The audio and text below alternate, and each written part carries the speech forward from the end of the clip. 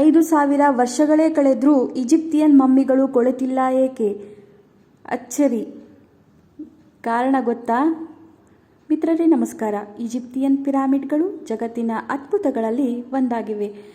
5,000ಕ್ಕೂ ಹೆಚ್ಚಿನ ವರ್ಷ ಈ ನೈಸರ್ಗಿಕ ಪ್ರಕೃತಿ ವಿಕೋಪಗಳನ್ನು ಎದುರಿಸ್ತಿದ್ರೂ ಕೂಡ ಈ ಪಿರಾಮಿಡ್ಗಳು ಇನ್ನೂ ಹೆಚ್ಚು ಎತ್ತರವಾಗಿ ತುಂಬ ಭವ್ಯವಾಗಿ ನಿಂತ್ಕೊಂಡಿವೆ. ಈ ಒಂದು ಪಿರಾಮಿಡ್ನಲ್ಲಿ ಪ್ರಪಂಚದ ನಿಗೂಢ ಇತಿಹಾಸವನ್ನು ನಾವು ಕಾಣ್ಬೋದು. ಯಾಕಪ್ಪ ಅಂತಂದರೆ ಈ ಈಜಿಪ್ಟ್ ರಾಜರ ಮೃತದೇಹಗಳನ್ನು ಇಂದಿಗೂ ಪಿರಾಮಿಡ್ಗಳಲ್ಲಿ ಸಂರಕ್ಷಿಸಲಾಗಿದೆ. ಇದರ ಬಗ್ಗೆ ಒಂದು ಅಧ್ಯಯನ ನಡೆಸಿದಾಗ ಮಿತ್ರರೇ, ಈ ರಾಜರ ಮೃತದೇಹಗಳು ಇಂದಿಗೂ ಕೊಳೆದೇ ಇರತಕ್ಕಂಥದ್ದಕ್ಕೆ ಕಾರಣ ಏನಂಬ ಅಂತಕ್ಕಂಥದ್ದನ್ನು ಸಂಶೋಧನೆ ನಡೆಸಿದರೆ ನಮಗೆಲ್ಲರಿಗೂ ಒಂದು ಅಚ್ಚರಿ ಕಾದಿದೆ. ಮಮ್ಮಿಫಿಕೇಷನ್ ಅಂತ ಕರಿತೀವಿ. ಈ ಮಮ್ಮಿಫಿಕೇಷನ್ ಅಂದರೆ ಸಂರಕ್ಷಣೆ ಮಾಡಲಿಕ್ಕೆ ಬಳಸ್ತಕ್ಕಂಥ ಒಂದು ಕ್ರಿಯೆಗೆ ಮಮ್ಮಿಫಿಕೇಷನ್ ಅಂತ ಕರಿತೀವಿ. ಈಜಿಪ್ಟ್ನವರು ಕ್ರಿಸ್ತಶಕ 4ನೇ ಶತಮಾನದಲ್ಲಿ ಇದನ್ನು ಮಾಡ್ತಾ ಬಂದಿದ್ದಾರೆ. ಈ ಮಮ್ಮಿಫಿಕೇಷನ್ ಕ್ರಿಯೆಯಲ್ಲಿ ಅವ್ರು ಏನು ಮಾಡ್ತಾರಪ್ಪ ಅಂತಂದರೆ, ಮೆದುಳಿನಂತಹ ಒಂದು ಹಾಳಾಗ್ತಕ್ಕಂತಹ ದೇಹದ ಒಂದು ಆಂತರಿಕ ಭಾಗಗಳನ್ನು ಅವರು ತೆಗೆದುಹಾಕಿಬಿಡ್ತಾರೆ. ಅಂದರೆ ದೇಹದಿಂದ ಅದನ್ನು ಬೇರ್ಪಡಿಸ್ತಾರೆ.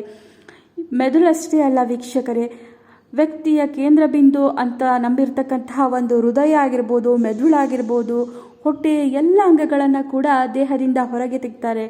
ನಂತರ ಹಂತವಾಗಿ ದೇಹದ ಎಲ್ಲ ತೇವಾಂಶವನ್ನು ತೆಗೆದುಹಾಕ್ತಾರೆ. ಆ ದೇಹವನ್ನು ಸಂರಕ್ಷಿಸಿರಲು ಮತ್ತು ಅದು ಡ್ರೈ ಆಗೋ ಥರ ಒಂದು ನೋಡ್ಕೊಳ್ಳಿಕ್ಕೆ ಮತ್ತು ಹಾಳಾಗದೇ ಇರೋ ಥರ ನೋಡ್ಕೊಳ್ಳಿಕ್ಕೆ ಅವರು ಉಪ್ಪಿನಿಂದ ಅವರು ಸಂಪೂರ್ಣ ದೇಹವನ್ನು ಮುಚ್ಚಿಡ್ತಾರೆ. ಇದಲ್ಲದೆ ಆ ದೇಹವನ್ನು ಕೆಡದಂತೆ ಸಂರಕ್ಷಿಸಲಿಕ್ಕೆ ಅವರು ಎಣ್ಣೆಗಳು, ಮೇಣಗಳು ಮತ್ತು ಸುಗಂಧ ದ್ರವ್ಯಗಳನ್ನು ಸೇರಿದಂತೆ ಅನೇಕ ವಸ್ತುಗಳನ್ನು ಆ ದೇಹದ ಮೇಲೆ ಹಾಕಿ ಮುಚ್ಚಿಡಲಾಗ್ತಿತ್ತು. ಈ ಒಂದು ಸುಗಂಧ ದ್ರವ್ಯಗಳು ದೇಹವನ್ನು ಕೊಳಿದಂತೆ ಸಂರಕ್ಷಿಸ್ತವೆ ಅಂತಕ್ಕಂಥದ್ದು ಸಂಶೋಧನೆಯಿಂದ ನಮಗೆ ಬಹಿರಂಗವಾಗಿದೆ. ಇದಾಗಿತ್ತು ಮಮ್ಮಿಫಿಕೇಷನ್ ಅಂತಕ್ಕಂಥದ್ದು. ಇದು ಇವತ್ತಿನ ಈಜಿಪ್ಟಿನ ರಹಸ್ಯವಾಗಿದೆ. ಥ್ಯಾಂಕ್ ಯು ಮಿತ್ರರೇ. ಹೀಗೆ ಹೆಚ್ಚು ನನ್ನ ವಿಡಿಯೋಗಳಿಗಾಗಿ ನನ್ನ ಚಾನಲ್ನ ಈ ಕೂಡಲೇ ಸಬ್ಸ್ಕ್ರೈಬ್ ಮಾಡೋದನ್ನು ಮರಿಬೇಡಿ. Thank you.